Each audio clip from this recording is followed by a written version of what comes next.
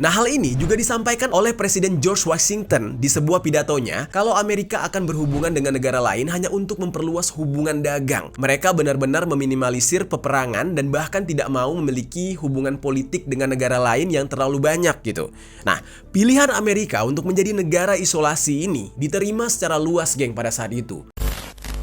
Nah, salah satu contohnya adalah ketika presiden mereka, yaitu Joe Biden, pernah mengatakan kalau dia merasa sangat sedih dengan penderitaan warga Gaza. Tapi di saat yang sama, pemerintahan Joe Biden bersikeras kalau resolusi dari Dewan Keamanan PBB untuk gencatan senjata di Gaza itu nggak mengikat, sehingga nggak ada keharusan untuk wajib menaati resolusi gencatan senjata. Kan aneh ya? Yo geng, tekan tombol subscribe geng. Hey yo, what's good? Welcome back to Kamar Jerry.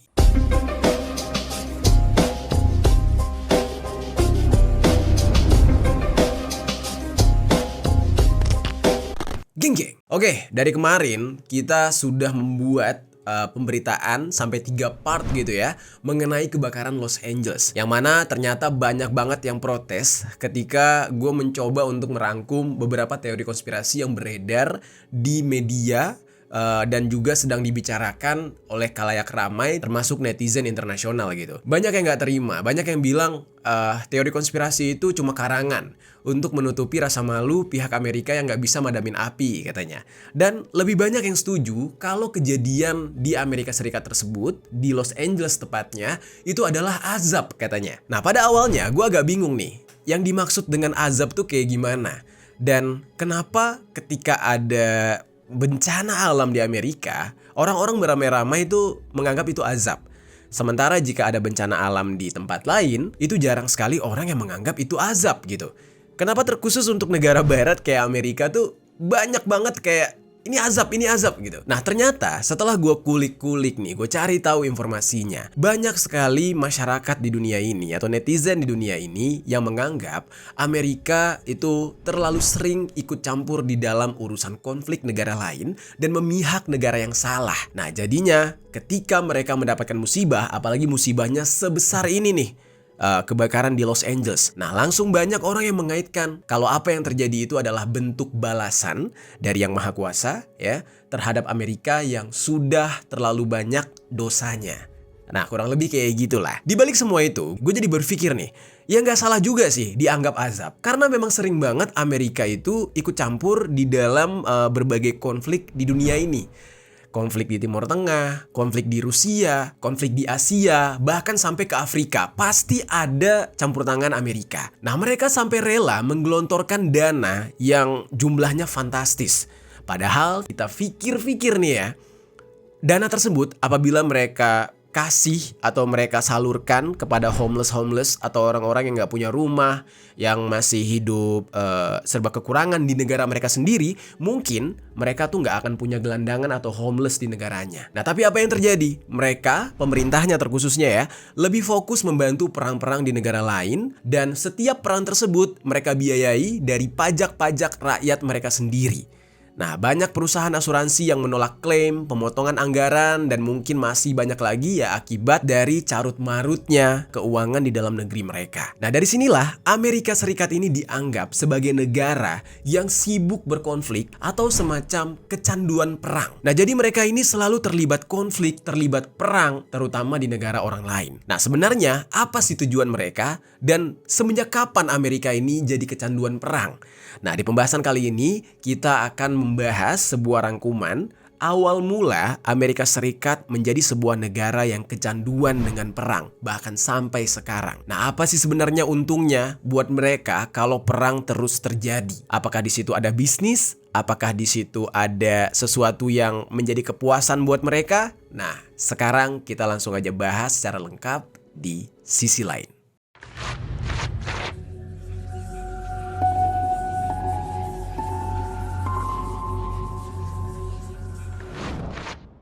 Kita langsung masuk ke dalam pembahasan utamanya nih, pembahasan awal ya. Bagaimana awal mula Amerika Serikat mulai terlibat perang dan sampai kecanduan dengan perang?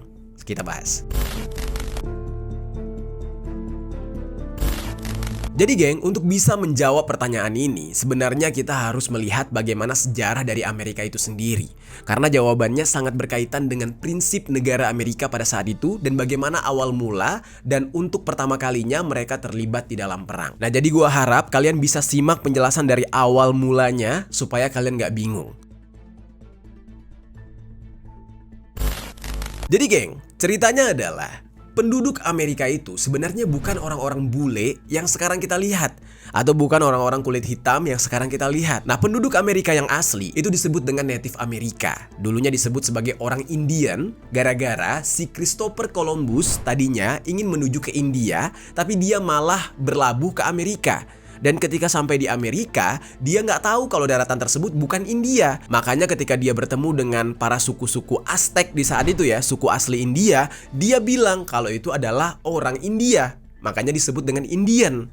Nah, jadi salah paham, itu awal mulanya. Terus seiring berjalannya waktu, Amerika ini dikolonialisasi oleh negara-negara Eropa sampai pada akhirnya Inggris yang mengambil alih Amerika di saat itu.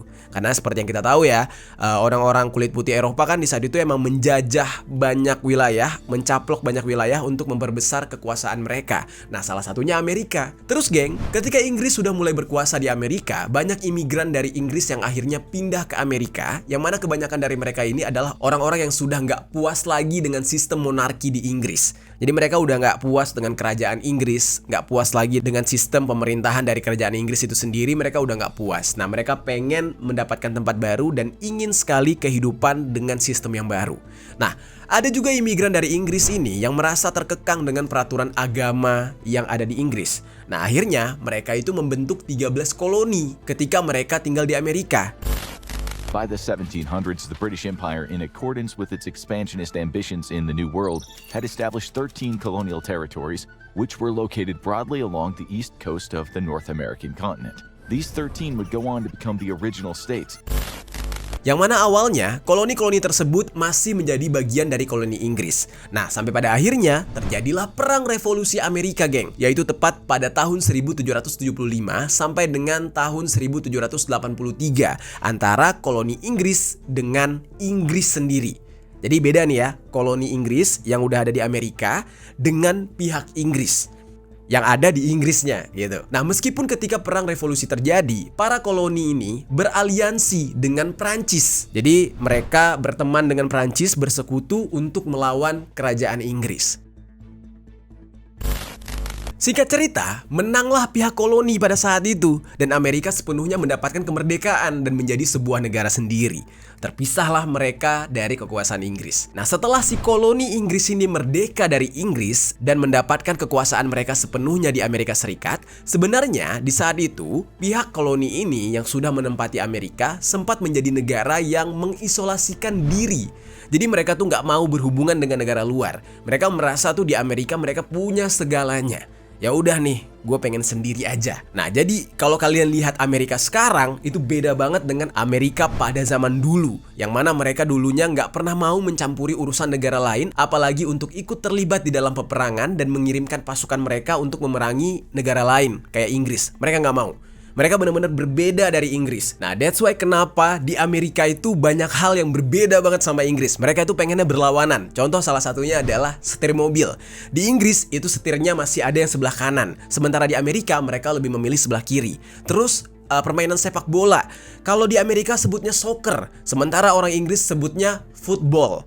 Jadi berbeda banget, mereka benar-benar nggak mau. Bahkan satuan untuk berat aja dan satuan jauh gitu ya. Biasanya Inggris pakai kilometer, nah si Amerika pakai miles. Terus Amerika pakai LBS, Inggrisnya pakai kilo. Jadi bener-bener pengen beda banget. Nah, di saat itulah mereka ini adalah orang-orang Inggris yang benar-benar nggak mau seperti Inggris. Nah, hal ini juga disampaikan oleh Presiden George Washington di sebuah pidatonya kalau Amerika akan berhubungan dengan negara lain hanya untuk memperluas hubungan dagang. Mereka benar-benar meminimalisir peperangan dan bahkan tidak mau memiliki hubungan politik dengan negara lain yang terlalu banyak gitu. Nah, pilihan Amerika untuk menjadi negara isolasi ini diterima secara luas, geng, pada saat itu. Dan pada tahun 1793, untuk bisa menjaga netralitasnya mereka, Amerika memutuskan untuk membubarkan aliansinya dengan Prancis. Jadi mereka benar-benar nggak mau bersekutu lagi dengan Prancis yang udah membantu mereka berperang lawan Inggris. Jadi ya udah gue pengen netral aja, sendiri aja gitu, pengen damai gitu. Dan pemahaman ini terus berlanjut ke presiden selanjutnya yang di saat itu dipimpin oleh Thomas Jefferson, yang mana di dalam pidatonya pada tahun 1801 dia mengatakan kalau isolasi Amerika adalah sebuah doktrin perdamaian, perdagangan, dan persahabatan yang jujur dengan semua negara yang tidak akan melibatkan aliansi dengan siapapun. Kebayang gak tuh, damai banget Amerika di saat itu. Jadi bisa dikatakan Amerika di saat itu mirip seperti Korea Utara, tapi bukan yang kayak banyak musuh, tapi lebih kayak orangnya chill, santai, nggak mau ganggu siapa-siapa, negaranya juga kaya, mau nanam apapun ada gitu. Begitulah Amerika pada saat itu. Terus, di paruh pertama abad ke-19, Amerika itu bisa mempertahankan isolasi politiknya, meskipun di negara tersebut sedang pesat-pesatnya pertumbuhan industri dan ekonomi. Dan selama itu, Amerika nggak menjalin hubungan diplomasi dengan siapapun, termasuk juga dengan negara barat atau negara Eropa. Yang mana itu benar-benar berbeda kan dari yang sekarang. Kalau sekarang Amerika itu ya bisa dikatakan bersekutu lah sama Eropa, tapi dulu benar-benar enggak sama sekali. Terus geng, masih dengan memegang teguh prinsip tersebut, Amerika di saat itu mulai perlahan-lahan memperluas wilayah mereka dari pantai ke pantai dan mulai membangun kekuasaan teritorialnya di Pasifik dan juga Karibia selama tahun 1800-an. Karena kan di awalnya tuh mereka ngecaplok daerah yang kecil lah, daerahnya suku Indian atau suku Aztec tadi. Perlahan-lahan mereka mulai mencaplok daerah-daerah lain yang mungkin sekarang ya kita mulai mengenalnya dengan ya daerah Latin seperti Meksiko, terus daerah-daerah Latin yang lain. Nah, Amerika di saat itu juga terlibat di dalam 3 peperangan, yaitu Perang 1812, Perang Meksiko, dan Perang Spanyol Amerika, yang mana ketiga perang tersebut sengaja dilakukan oleh Amerika sendiri tanpa adanya aliansi dari pihak manapun. Nah jadi dengan kata lain ya, walaupun Amerika ini berprinsip pengen mengisolasi diri, tapi mereka juga perlahan ingin memperluas wilayah mereka. Jadi di saat itu mereka tuh kayak ada perang internal dengan tetangga-tetangganya gitu. Tapi nggak mau perang dengan negara lain yang berjauhan. Nggak mau dia. Dia mau yang sebelah-sebelah aja. Wah ini tetangga gue pengen caplok nih. Nah dia perang sama tetangganya tersebut. Dan perang itu pun tidak melibatkan sekutu manapun atau aliansi manapun, yang mana benar-benar mereka lakukan sendiri.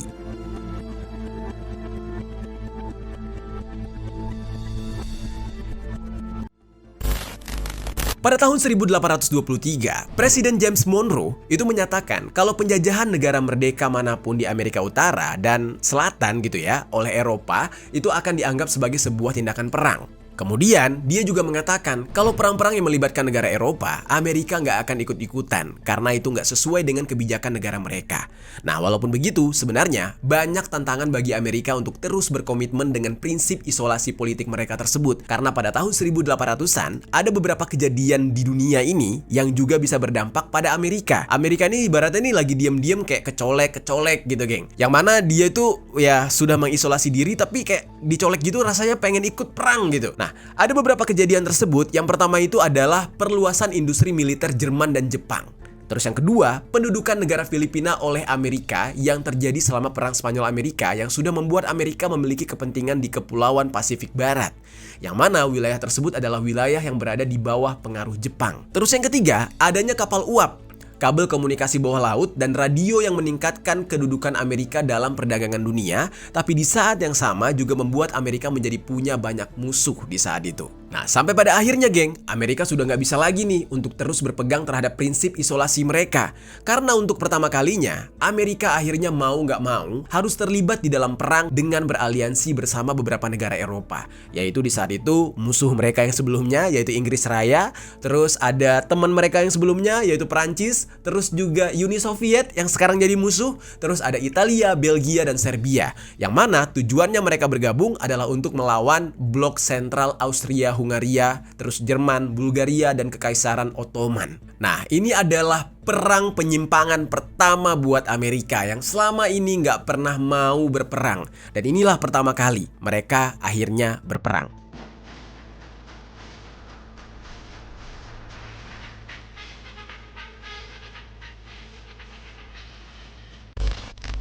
Nah, penyimpangan perang pertama Amerika ini adalah di Perang Dunia Pertama. Nah, disitulah Amerika akhirnya terlibat perang dunia lah untuk pertama kalinya setelah mereka memutuskan untuk mengisolasi diri setelah berperang melawan Inggris dulu. Singkat cerita, perang lah nih, terjadilah Perang Dunia Pertama ini. Terus akhirnya Perang Dunia Pertama pun berakhir dan Amerika kembali mengisolasi diri lagi sesuai dengan prinsip mereka yang sedari awal.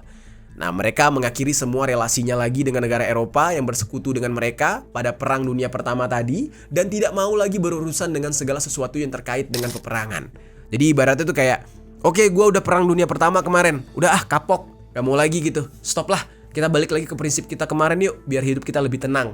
Nah, terus di saat itu terjadi perbedaan pandangan di internal Amerika sendiri. Jadi di dalam pemerintahan Amerika Serikat itu ada perbedaan pola pikir. Presiden mereka di saat itu ada yang namanya Presiden Woodrow Wilson, yang mana dia ini merekomendasikan agar Amerika menerima perjanjian Versailles yang merupakan perjanjian yang mengakhiri Perang Dunia Pertama.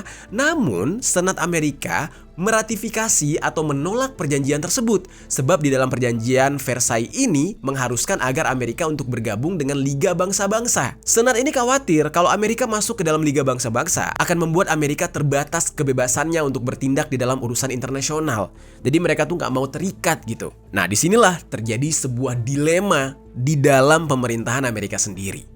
Di saat itu, sekaligus Amerika juga berusaha untuk menghindari konflik dengan negara-negara lain setelah usainya Perang Dunia Pertama. Tapi, ketika Perang Dunia Kedua mulai terjadi, ya, pada tahun 1939 nih, Amerika kan nggak mau tuh, awalnya tuh, udah nggak mau perang lagi gitu. Perang Dunia Pertama udah cukup. Ketika timbul Perang Dunia Kedua, Amerika mencoba untuk menahan diri. Namun di saat itu, Jerman dan Italia mulai melakukan serangan di Eropa dan Afrika Utara. Sementara Jerman yang sudah mulai menguasai Asia Timur di saat itu dengan menduduki Cina serta Korea juga. Nah, Perang Dunia Kedua ini menjadi titik balik bagi Amerika Serikat dengan paham isolasi politik yang selama ini yang mereka anut. Yang mana di saat itu mereka merasa anteng-anteng aja, aman-aman aja dengan mengisolasi diri, nggak mau ikut perang. Tapi perlahan-lahan mulai banyak warga negara Amerika Serikat yang justru khawatir dengan kekuatan dari blok Axis atau poros yang terdiri dari Jerman, Italia, dan Jepang yang sama-sama menganut ideologi fasis yang mana mereka sewaktu-waktu akan bisa menginvasi negara barat lainnya termasuk Amerika. Jadi mereka mulai khawatir nih, waduh kalau kita anteng-anteng aja nggak mempersiapkan diri, nggak ikut perang, yang ada kita yang diperangin, yang ada kita yang dijajah nih. Mana Jepang di saat itu bengis banget, Jerman juga gila banget kan. Jerman waktu itu ya masih dengan sipak kumis. Makanya pada akhir tahun 1940, opini publik di Amerika mulai bergeser.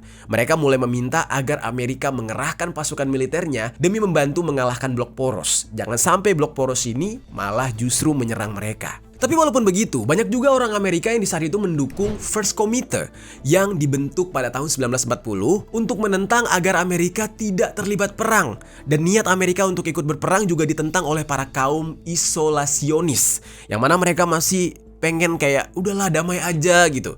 Udahlah kita nggak usah ikut campur. Yakin aja kalau kita nggak ikut campur kita nggak akan diserang. Padahal di balik itu semua nggak ada yang bisa ditebak. Lihat aja kebengisan Jepang. Ya kita sebagai rakyat Indonesia merasakan ya gimana bengisnya Jepang. Nah, kemungkinan hal itu bisa saja terjadi kepada Amerika sewaktu-waktu. Nah, namun di saat itu, di saat ada sebagian besar rakyat Amerika yang menentang Amerika untuk ikut berperang, namun presiden mereka yang di saat itu dipimpin oleh Franklin D. Roosevelt itu memilih untuk tetap melanjutkan rencana untuk membantu negara-negara yang mendapatkan serangan dari blok poros dengan cara yang tidak memerlukan adanya intervensi militer secara langsung. Tapi setidaknya mereka terlibat lah gitu. Nah pada saat itu geng, mulai banyak nih orang-orang Amerika yang mulai sadar kalau mereka merasa terancam dengan keberadaan kelompok blok poros ini. Mayoritas warga Amerika Serikat sebenarnya tetap menentang intervensi militer dari Amerika. Nah namun mereka juga sekaligus takut kalau sewaktu-waktu dapat serangan. Dan ternyata benar aja, semuanya benar-benar terbukti dan berubah lah ketika pada tanggal 7 Desember tahun 1941 secara mendadak pasukan Angkatan Laut Jepang melancarkan serangan dadakan ke pangkalan Angkatan Laut Amerika yaitu di Pearl Harbor yang berada di Hawaii. Nah, ketakutan rakyat Amerika di saat itu mendapatkan serangan tiba-tiba ternyata benar-benar terjadi. Yang ngerecokin ya Jepang, pihak yang ngerecokin negara kita juga. Jepang nih sebagai pengganggu sarang tawonnya nih. Dan di saat itu Amerika benar-benar hancur lebur lah dibom menggunakan pesawat tempur milik Jepang. Nah 2 hari setelah kejadian itu First Committee pun dibubarkan. Yang mana pihak Amerika di saat itu berencana ingin membalas serangan Jepang. Mereka udah nggak peduli dengan isolasi-isolasian. Mereka akhirnya merasa kayak, ya gue udah nggak ikut-ikutan perang, lu kok serang gue gitu. Ya udahlah, sekalian aja. Akhirnya di tahun 1942 melalui keputusan Kongres, Amerika akhirnya menyatakan berperang melawan Jerman, anggota dari blok poros, sebagai respon dari aksi Jepang ke Pearl Harbor. Dan secara ofisial, Amerika mulai terlibat di dalam Perang Dunia Kedua dan mengerahkan pasukannya untuk mengalahkan blok poros dengan beraliansi dengan blok sekutu. Wah, keluarlah Amerika nih dari sarangnya. Nah, singkat cerita, ketika mereka terlibat di dalam Perang Dunia Kedua, ternyata Amerika menang bersama sekutunya. Dan setelah memenangkan Perang Dunia Kedua, Amerika pun membantu untuk mendirikan dan menjadi anggota pendiri pertama dari PBB atau Perserikatan Bangsa-Bangsa, tepat pada bulan Oktober tahun 1954. Nah, makanya kalau kalian nanya, kok Amerika kayak dominan banget sih di PBB gitu. Nah, karena ya dari sejarahnya mereka ini ya berhasil memenangkan perang dan dari dulu tuh dianggap sebagai negara yang punya power banget. Makanya mereka juga punya power ketika PBB dibentuk karena mereka memang salah satu pendirinya juga gitu. Dan selain itu, Amerika juga memberikan bantuan kepada negara-negara yang hancur karena Perang Dunia Kedua, terkhususnya negara-negara Eropa dengan bantuan yang dikenal dengan sebutan Marshall Plan. Tapi sebenarnya ada udang di balik batu, geng. Dari bantuan Amerika tersebut, sebenarnya Amerika itu pengen memperkuat pengaruhnya. Jadi kayak gini, negaranya udah hancur nih, negara Eropa yang kecil-kecil gitu udah hancur. Dibantu sama Amerika nih, gue kasih bantuan ya, negara lo hancur kan gara-gara perang. Nah, lama-kelamaan Amerika tuh menanam budi di sana. Jadi negara-negara Eropa tuh jadi kayak merasa tertolong dan Amerika itu dianggap sebagai malaikat penyelamat. Terus geng, di tengah-tengah Amerika mencoba menanam budi ya, mencari pengaruhnya di negara-negara Eropa. Di saat itulah, di saat yang bersamaan ada ancaman dari sebuah negara yang begitu besar, yaitu Uni Soviet yang berada di bawah kepemimpinan Joseph Stalin di saat itu, yang dikatakan juga ingin menyebarkan paham komunisnya ke negara lain. Jadi sama-sama pengen punya kuasa ke negara lain. Amerika pengen punya kuasa, si pihak Uni Soviet juga pengen punya kuasa. Di sisi lain, negara Eropa yang takut akan ideologi komunisme menyebar di negara mereka mulai membentuk yang namanya North Atlantic Treaty Organization atau yang disingkat dengan NATO untuk membendung komunisme. Disitulah awal pertama NATO terbentuk karena pengen melawan idealisme pihak Uni Soviet. Karena Amerika sudah bukan lagi negara yang mengisolasi diri semenjak selesainya Perang Dunia Kedua dan mereka sudah punya pengaruh yang besar, di saat itulah Amerika sudah merasa kayak ya jumawa gitu. Oh iya, kami bangsa yang besar. Gak perlu lagi mengisolasi diri damai-damai. Lo semua harus tunduk sama kita gitu. Nah, di saat itu prinsip Amerika yang sudah berubah. Amerika kembali melakukan perang lagi melawan Uni Soviet. Tapi kali ini perangnya bukan menggunakan senjata, tapi melainkan perang dingin. Di saat itu, Amerika nggak langsung berhadapan dengan Uni Soviet, melainkan peperangan yang terjadi di negara lain yang menjadi incaran bagi kedua negara untuk saling menyebarkan pengaruh ideologi mereka. Jadi ibaratnya gini, Amerika pengen nyaplok Indonesia misalkan. Nah, gimana cara nih dia nyuri hati pihak Indonesia supaya menjadi bagian dari kekuasaan Amerika? Nah, jadi itu Amerika melawan Uni Soviet sama-sama berjuang untuk memperluas pengaruh mereka. Seperti salah satu contohnya yaitu Perang Korea dari tahun 1950 sampai dengan 1953. Terus ada Perang Vietnam dari tahun 1955 sampai dengan 1974. Terus ada Perang Saudara di Sudan dari tahun 1955 sampai 1972. Dan masih ada beberapa perang lainnya. Nah, semua itu ditunggangi oleh Amerika dan ada juga yang ditunggangi oleh Soviet. Yang mana tujuannya adalah untuk membuat pengaruh ideologi masing-masing. Soviet dengan komunismenya, Amerika dengan demokrasinya. Namun pada akhirnya, geng, setelah berkonflik dengan Uni Soviet selama beberapa tahun, Uni Soviet pun akhirnya runtuh yang disebabkan oleh banyak faktor, mulai dari pudarnya kepercayaan orang-orang dengan paham komunisme dan munculnya gerakan separatisme.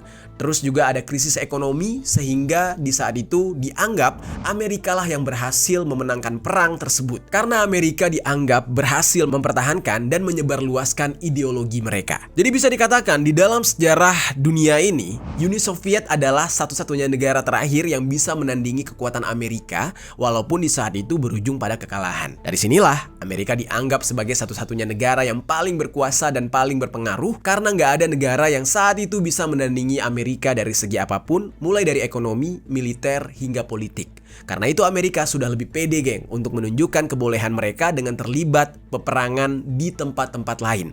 Nah, mulailah tuh mereka mulai mencampuri perang Irak, perang Afghanistan, dan perang-perang Timur Tengah lainnya, serta perang Afrika. Disitulah awalnya, geng, karena mereka merasa punya power. Dan ya, mereka disebut dengan negara superpower. Nah, jadi dari cerita backgroundnya Amerika kita bisa lihat ya, Amerika itu dulu adalah seorang ibarat itu anak-anak yang chill, bukan cupu ya, tapi lebih kepada anak-anak yang kalem, rajin belajar, nggak mau diganggu, tapi diganggu. Ketika diganggu dan mereka kepepet terpaksa, akhirnya mereka melawan. Dan ketika mereka melawan, mereka menemukan fakta bahwa ternyata mereka sangat kuat. Di saat mereka menyadari mereka sangat kuat, akhirnya mereka menjadi penguasa dan terus melanjutkan kekuatan mereka tersebut dan kekuasaan mereka tersebut. Itu sejarah kenapa Amerika bisa mencampuri atau ya terlibat perang di negara lain. Dari sini kita bisa lihat ya, sebenarnya biang keroknya Jepang gitu, geng. Andai aja Jepang di saat itu nggak ngeganggu Amerika, kayaknya Amerika masih menjadi negara yang kalem gitu.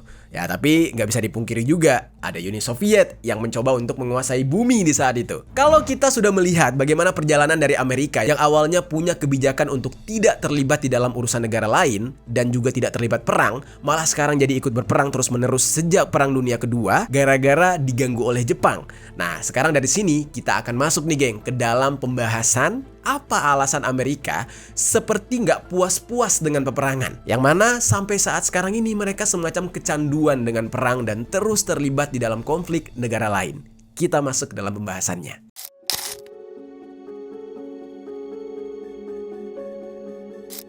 Jadi, geng, setelah Amerika bisa mengalahkan Uni Soviet, sebuah negara besar di Eropa dengan paham komunisnya lah gitu ya, emang gak ada lagi yang bisa menyaingi Amerika pada saat itu. Mungkin untuk hari ini ya ada, yaitu Cina, terus juga mungkin Korea Utara, terus udah mulai bangkit adanya Rusia gitu. Nah, namun kalau kita berbicara dulu, ya Cina itu belum bisa menyaingi Amerika. Rusia juga belum, karena mereka baru saja terpecah ya menjadi beberapa negara-negara kecil akibat Uni Soviet yang runtuh. Karena itulah Amerika bisa dengan jumawanya menunjukkan eksistensi negara mereka dengan menyebarkan pengaruh mereka di berbagai penjuru dunia.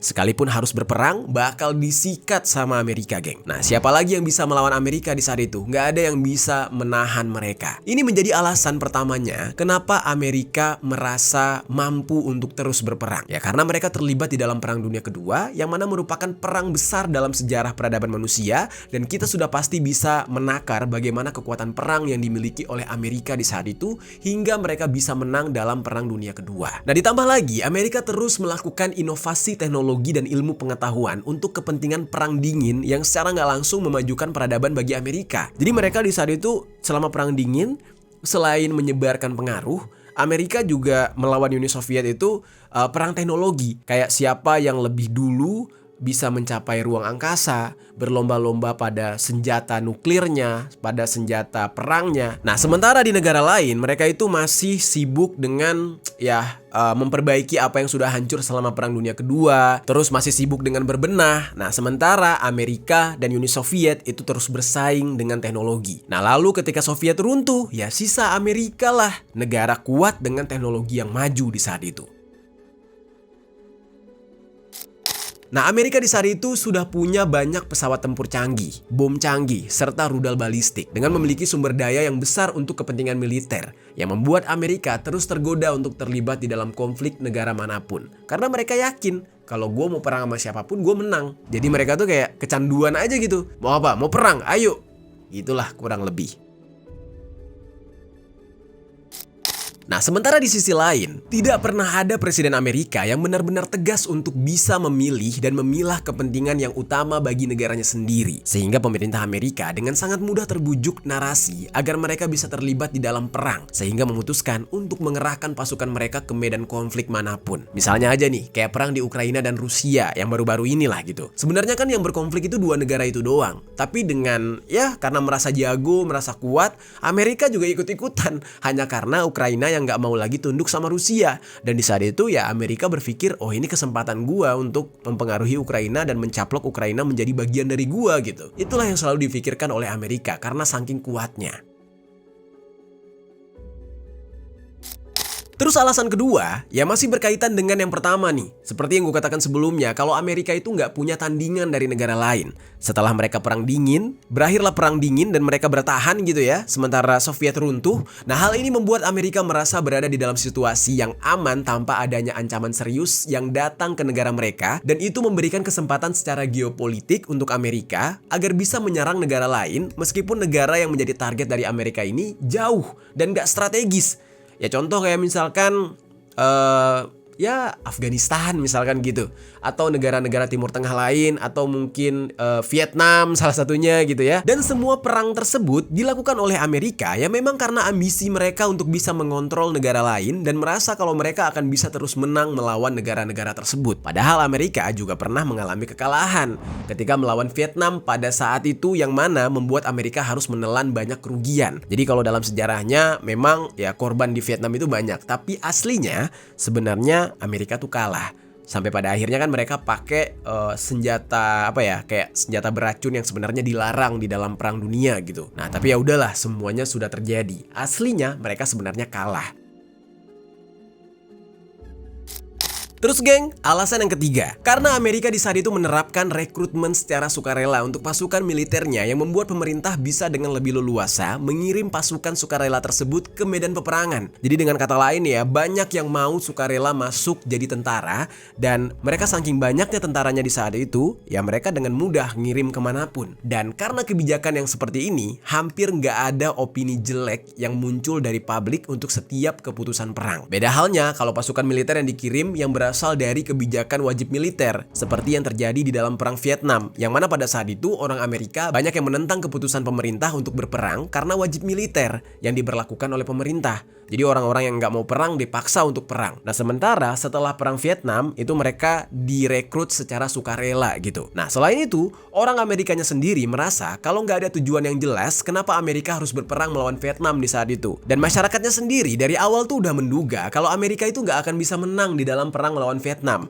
Ya karena Amerika datang ke tanah orang gitu ya. Dan secara geografis Vietnam itu agak sulit untuk ditaklukkan. Dan mereka tuh gesit banget. Karena selama perang Vietnam, orang Vietnam itu mampu bertahan hidup di bawah tanah geng. Kayak semut, ngegali tanah gorong-gorong. Dan badan orang Vietnam itu kecil kayak orang kita lah gitu. Dan orang-orang bule gak akan bisa masuk ke dalam gorong-gorong atau lubang semut milik orang Vietnam. Dan itulah salah satu alasan kenapa Vietnam bisa menang dari Amerika. Dan dengan segala jebakan-jebakan perangnya lah di saat itu. Itu alasan yang ketiga. Terus alasan yang keempat, karena Amerika memiliki kebijakan luar negeri yang tergolong agresif, geng. Nah, menurut seorang profesor hubungan internasional dari Harvard University yang bernama Stephen M. Walt, kebijakan ini bisa terbentuk karena adanya dominasi dari kelompok neokonservatif dan liberal intervensionis, yang mana kedua kelompok ini sangat antusias untuk menggunakan kekuatan militer agar bisa menyelesaikan segala permasalahan politik luar negeri mereka.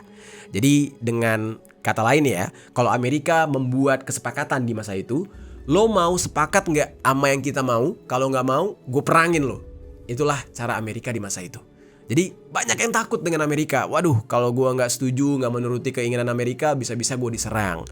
Dan kalau diturutin gue yang rugi. Jadi orang semuanya dilema. Namun agar terlihat tidak terlalu kejam, pemerintah Amerika Serikat menutupi semua narasi kekuatan militer mereka itu untuk melakukan perlindungan multilateral atau kerjasama yang melibatkan lebih dari dua pihak atau negara. Jadi kurang lebih narasinya tuh kayak ormas gitu, geng. Lo paham ya konsep ormas tuh kayak gini. Datang ke toko kita, dia minta duit, terus dia bilang uang keamanan. Padahal yang bikin rusuh dia sendiri, tapi dia ngaku dia pengen bikin keamanan. Dan begitulah cara Amerika, yang mana mereka punya narasi perlindungan. Orang Amerika akan berpikir kalau segala yang dilakukan oleh Amerika melalui peperangan itu bertujuan baik untuk melindungi dan menciptakan perdamaian. Padahal kalau negara tersebut nggak mau menuruti perintah Amerika, yang akan membuat keonarannya Amerika sendiri juga. Jadi benar-benar sistem preman. Bang, keamanan, sini bang, saya yang lindungi. Atau mungkin kayak, bang, uang keamanan bang, biar kita yang nengok-nengokin toko abang, takutnya banyak maling. Padahal malingnya dia juga. Nah, kurang lebih kayak gitu sistemnya. Dan dengan sistem seperti itu, pemerintah Amerika bisa dengan bebas melakukan intervensi sesuai dengan keinginan mereka terhadap negara-negara lain. Nah, itu salah satu alasan mereka kenapa mereka kecanduan perang. Terus alasan yang terakhir nih, geng. Nah, jadi alasan yang terakhir ini dianggap karena sudah nggak mampunya Kongres atau Parlemen Amerika untuk memutuskan apakah Amerika akan terlibat perang atau enggak. Mereka ini sebenarnya memegang kewenangan untuk mendeklarasikan perang atau enggak. Jadi bukan kewenangan presiden, geng, melainkan kewenangan Kongres Amerika. Kalau kita balik lagi ke pembahasan gue sebelumnya, Kongres Amerika yang menentukan apakah mereka menerima atau membatalkan perjanjian Versailles.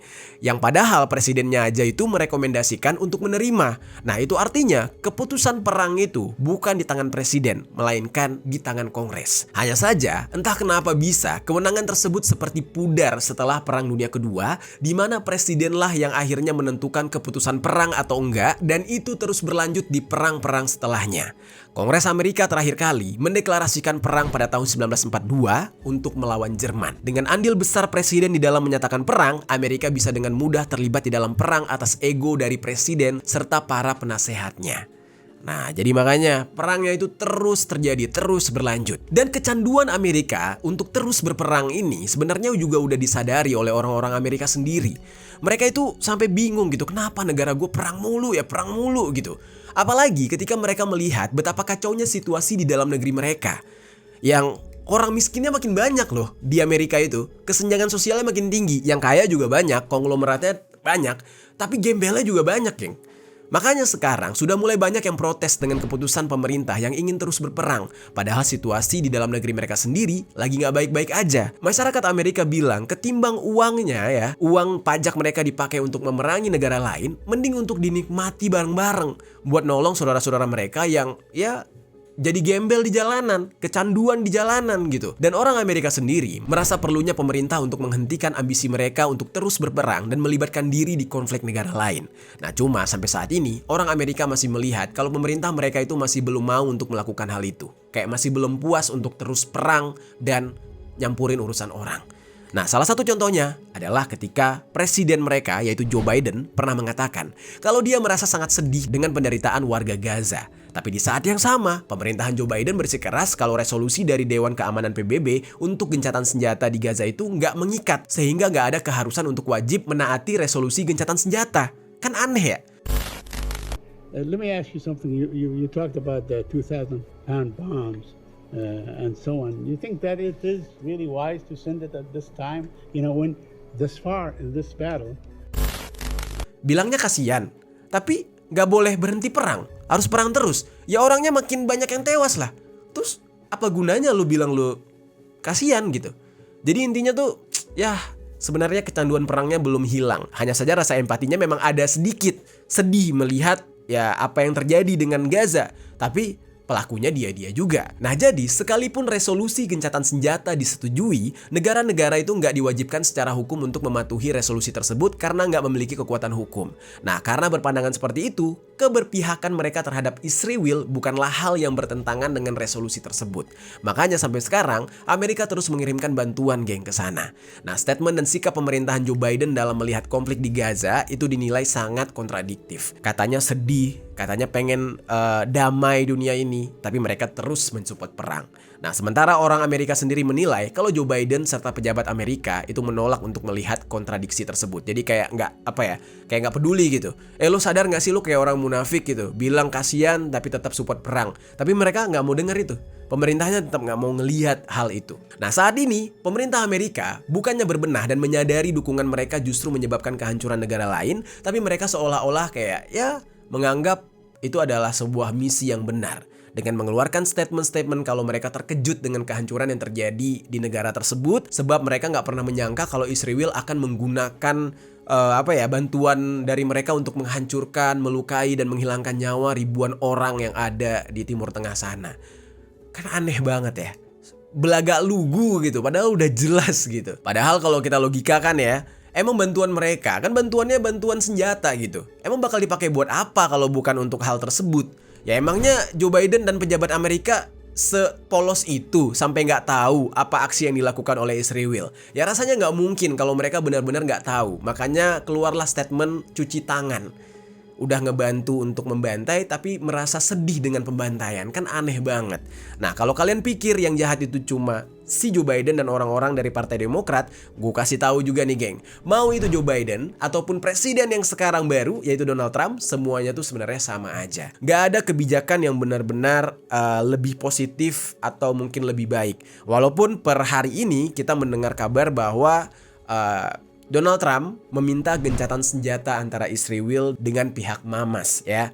Nah, tapi nanti mungkin di episode selanjutnya gue bakal menjelaskan nih geng, kenapa adanya gencatan senjata tersebut. Nah, jadi dengan kata lain, sampai detik ini sebenarnya Amerika masih kecanduan dengan perang. Yang mana kalau misalkan pemerintah mereka itu didesak untuk bisa menghentikan perang-perang yang dilakukan oleh Amerika atau yang dicampuri oleh Amerika, mereka biasanya akan mengatakan apa yang terjadi bukanlah salah mereka, atau kebebasan itu bukanlah sebuah hal yang gratis dan bisa didapatkan dengan mudah katanya. Dan cara untuk mendapatkan hal itu mereka harus berperang dengan negara lain agar mereka bisa merasakan kebebasan tersebut. Itu prinsip Amerika. Terus apa sebenarnya yang dicari oleh Amerika atas semua peperangan yang mereka campuri ini? Nah, memang geng, ada tujuan di balik perang yang dilakukan oleh Amerika, yaitu untuk bisa melakukan ekspansi ekonomi dan sistem internasional di bawah kendali mereka yang mereka tutupi dengan dalih demokrasi, kebebasan, serta hak asasi manusia. Apa hubungannya tuh? Perang dan ekspansi ekonomi, bukannya itu sesuatu yang berbeda gitu alurnya?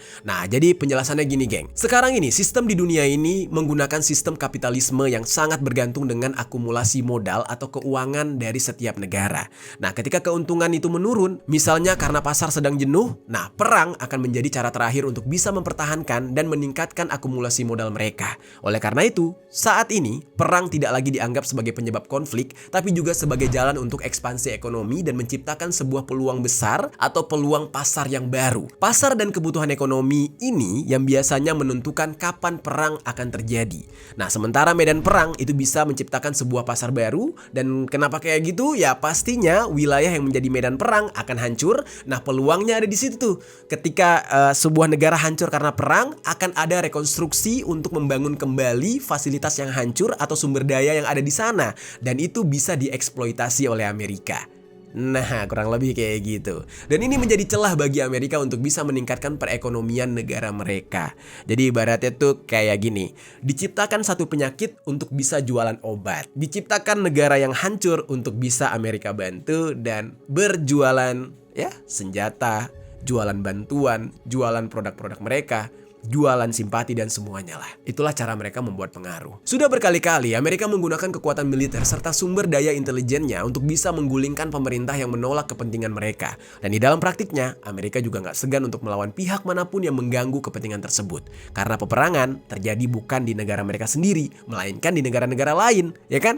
Mereka datang ke Afrika, datang ke Asia, intinya negara yang bukan negara kulit putih. Dan pihak mereka tidak pernah merasa bersalah atas apapun yang terjadi di negara orang lain, tapi justru mereka merayakan setiap keuntungan dari peperangan-peperangan tersebut. Nah, dengan Amerika yang terus melakukan intervensi militernya, banyak pihak yang menilai kalau cara seperti itu sebenarnya nggak efektif bagi Amerika, karena untuk mempertahankan ekspansi ekonomi melalui peperangan itu sangat beresiko dan mahal harganya. Makanya sekarang rada-rada gimana gitu ya ketika mereka ngebantu Israel, ya Israel ternyata banyak diperangi oleh negara lain. Mereka bantu Ukraina, ternyata ya dalam kenyataannya Rusianya makin kuat. Nah, yang mana awalnya tujuan mereka adalah untuk memperkuat ekonomi, malah boncos. Nah, perang-perang yang mereka ciptakan itu berlandaskan ekonomi, ya tentunya mereka harus berupaya sebisa mungkin agar perang yang mereka lakukan tidak mengeluarkan uang yang besar. Tapi ya faktanya perang tersebut justru menguras banyak sumber daya mereka sendiri. Yang mana awalnya Amerika bermaksud menciptakan perang untuk mendapatkan keuntungan politik dan ekonomi, tapi mereka justru terjebak di dalam siklus peperangan yang gak ada hentinya. Jadi mereka tuh harus ngesponsorin perang terus. Ya itulah geng, inilah contoh keblunderannya. Yang mana tamak banget, pengen rakus banget, tapi malah blunder. Ingin mendapatkan semuanya, tapi justru nggak mendapatkan untung dari sana. Dan sekarang kita bisa lihat itu sendiri geng, betapa terombang-ambingnya nasib internal di warga mereka sendiri karena negaranya yang sibuk berperang dan menelantarkan warga mereka sendiri yang sekarang tengah kesulitan. Ya memang mungkin sebagian besarnya ada yang hidupnya sejahtera, tapi sebagian besar yang lain banyak juga yang jadi gembel lah, yang nggak punya rumah. Yang mana seharusnya kalau kita lihat negara mereka yang begitu kuat dan maju, harusnya negaranya nggak ada gembel ya. Semua orang sejahtera lah di sana. Tapi pada kenyataannya gembelnya banyak banget. Boleh ditanyakan kepada orang-orang yang tinggal di sana, mungkin orang Indonesia yang tinggal di Amerika. Bener nggak di Amerika tuh setiap hari ada penembakan, masih banyak gembelnya, terus ada kota yang isinya cuma pecandu, makanya kasihan banget. Nah itu dia geng, pembahasan kita hari ini mengenai alasan kenapa Amerika suka berperang atau kecanduan perang. Apakah kalian punya pendapat tersendiri atau pendapat berbeda, ingin menambahkan opini? Bisa tuliskan di kolom komentar ya. Dan ya mungkin ada benarnya ucapan kalian bahwa saat ini mereka mungkin sedang terkena azab.